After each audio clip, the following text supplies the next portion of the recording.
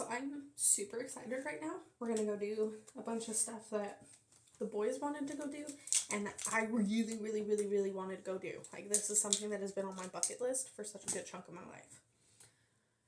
But first things first, I'm gonna do my makeup, get dressed, and cover up all of my acne because I'm feeling a little insecure. I got an email today, though, that my Curology showed up finally, so at least I will have stuff when I get back. Don't wear foundation, but I definitely use concealer sometimes to brighten up my face, make it less noticeable when I'm covering up all my acne down here.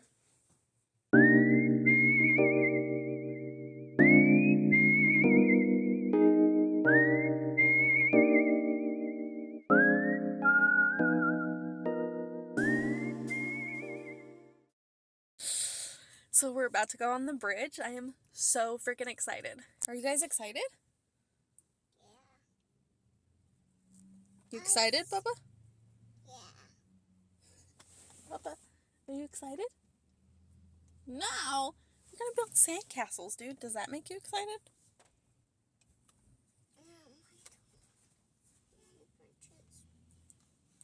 What? Well, we can't get to where we're going without getting on the bridge. That's the issue. Yeah. To get to the beach? To get to the beach. Okay, y'all. The amount of excitement that I had to go on this was absolutely absurd. I filmed out of the side for this just because I thought it'd be kind of interesting to see just like where the land starts, where it ends, etc. Because this is the Chesapeake Bay Bridge Tunnel, or as my uncle decided to call it yesterday, the Chesapeake Bay Bridge, Tunnel Bridge. Because you do go through two tunnels, but it was absolutely fun. It's really just a novelty. Like, it's not exciting to anybody. It was exciting to me. I don't know if I'm alone in that, but it's cool. It's cool to think about the fact that most bridges, like, most of the time you get like a drawbridge and stuff, right? And that's where the boats go, and that's like inconvenient for drivers, things like that. But then you have this, and this goes just under the water.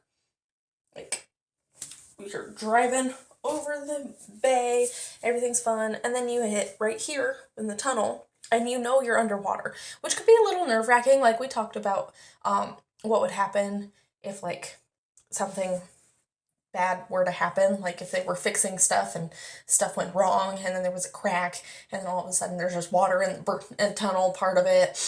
Like, it was discussed in heavy detail, like, wow, there's no turning back, especially because this bridge is like almost a half hour. So, you know, that could be a little nerve-wracking, especially when you're looking back and you can see your children just staring at you from the back seat. Well, I mean, at that point, they were actually sleeping, so nobody was staring at me. But you know what? The point still remains. The point still remains. That was a little nerve-wracking. But just goes to show you, those are the kind of conversations that my uncle and I have together all the time. And it's completely normal, even the fear part of it, as we're sitting there and discussing our options, and if we had to swim out of there, and how to grab children, and what would happen. So... You know what? At least we had a plan. We were prepared. That's all I can say. What a great time. That for me, the novelty is still so exciting, and then both of them are just passed the fuck out. Right. Thank goodness. I'm not used to being able to turn left on a highway. Yeah. Especially like pine trees make me still feel like we're in the mountains. Right. And I know you can't do that in the mountains. Yeah. Definitely can't do that in the mountains.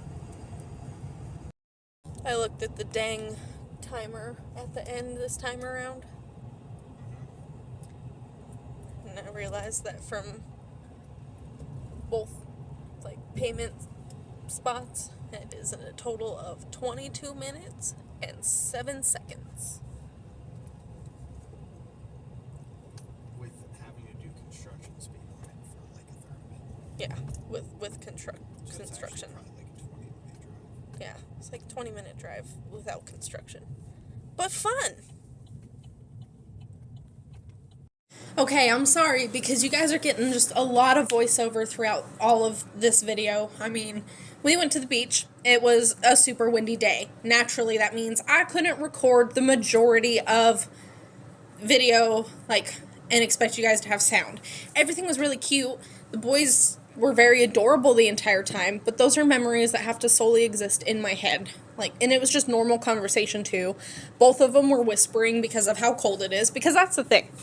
We went to the beach. We enjoyed the beach. We parked really close to the park that was on the beach.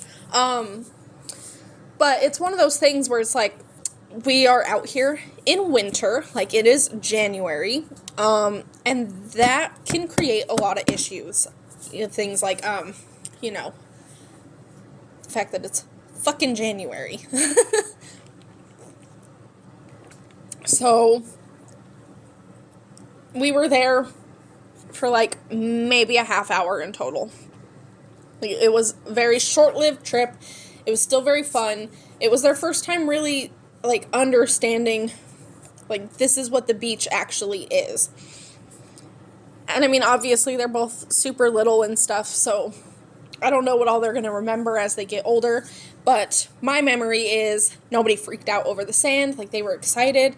They were excited for building sandcastles even though they were cold. Elias forgot his jacket, so eventually he stole my jacket. By stole, I mean I took it off and was like, dude, take my jacket.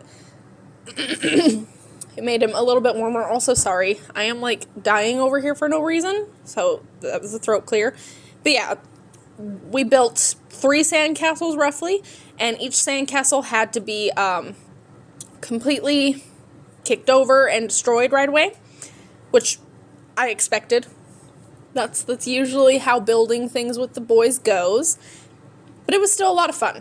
I had a lot of fun, even with it being fucking freezing and the kids not wanting to be there for very long. Actually, Elias not wanting to be there very long, and Levi, shaking, but saying, no, I want to stay. I'm building sandcastles. He's ridiculous. He's such a contrarian. I think. But he loved it. He never built a sandcastle. He just kept getting mad every time I told him to pack the sand in the thing. So, yeah. But he was working hard. He did a great job. They were so cute. I mean, look at how adorable he is right here. It's the sweetest thing ever.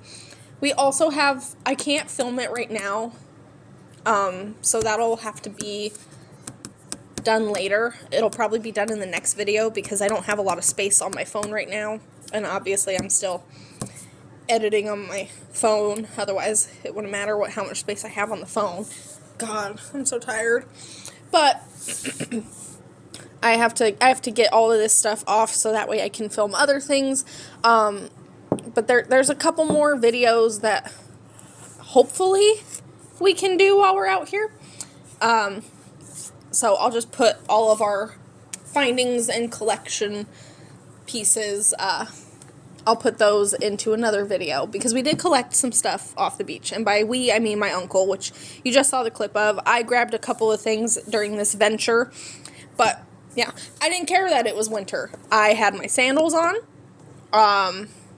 and yeah, the wind sucks, humidity, wind right off the beach, it's cold, it gets cold, but I was going to dip my toes in, and I know I'm far away from the camera, you can't even really tell. I mean, it's beautiful, just the clouds and stuff all over the ocean right there. Ugh, I think it's beautiful. The ocean's my happy place. I am at my most peaceful state at the ocean. I love it. Ugh. Anyway, it was one of those things where I needed to at least slightly set foot into the ocean.